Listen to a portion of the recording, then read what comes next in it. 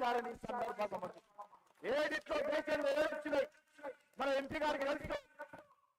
మన finance minister parliament last budget లో ప్రకటించాం. ఆ ఏడిట్లో 3 బుల్లెట్ ట్రైన్లు తెలంగాణకు వస్తా ఉన్నాయి.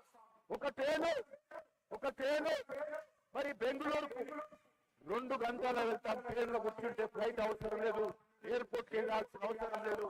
సికింద్రాబాద్ స్టేషన్ లోనో లేకపోతే బుల్లెట్ ట్రైన్ కూర్చుంటే 2 గంటల్లో బెంగళూరుకి వెళ్తాం. అటువంటి అద్భుతమైనటువంటి బుల్లెట్ ట్రైన్ మన హైదరాబాద్ కు మంజూరు చేయడం.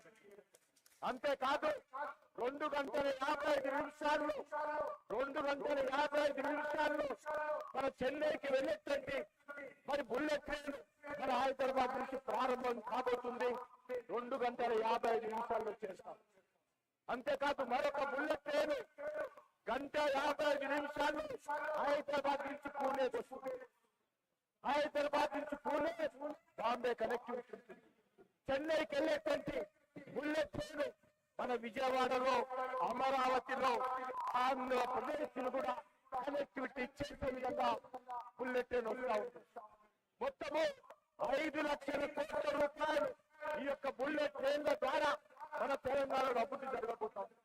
వేలాది మంది కుటుంబాల అవకాశం, ఎంప్లాయ్మెంట్ జనరేషన్, అనేక రకాల స్టీలు, సిమెంటు అవసరం. అనేక రకాలుగా లక్షలాది మంది కార్మికులు ఈ యొక్క బుల్లెట్ ట్రైన్ సంబంధించి నిర్మాణంలో ఎలివేటెడ్ కారిడార్ యొక్క నిర్మాణం చేయబోతున్నాము. లక్షలాది మంది కార్మికులకు ఉపాధి అవకాశం దొరుకుతుంది. అంతేకాదు మన టూరిజం జరుగుతుంది. తెలంగాణలో పరిశ్రమలు వస్తాయి.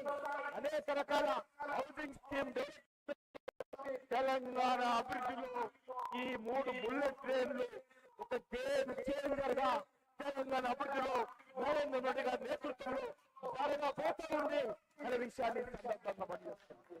అంతేకాదు ఈ రోజు regional ring road, RRR road కూడా మోడీ గారి ప్రభుత్వం మొన్ననే ముఖ్యమంత్రి గారు నాకు కూడా చెప్పడం జరిగింది.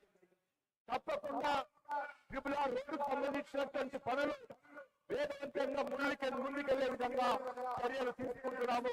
దానికి సంబంధించి శుభవార్త కూడా తొందరలోనే తెలంగాణ ప్రజలకు నరేంద్ర మోడీ గారు అందిస్తారని కూడా ఈ సందర్భంగా నేను మనవి చేస్తున్నాను. అంతేకాదు నేను ఇంతకుముందు చెప్పినట్టు ఈరోజు జాతీయ రహదారులు కానీ రైల్వే నెట్వర్క్ కానీ అనేక రకాల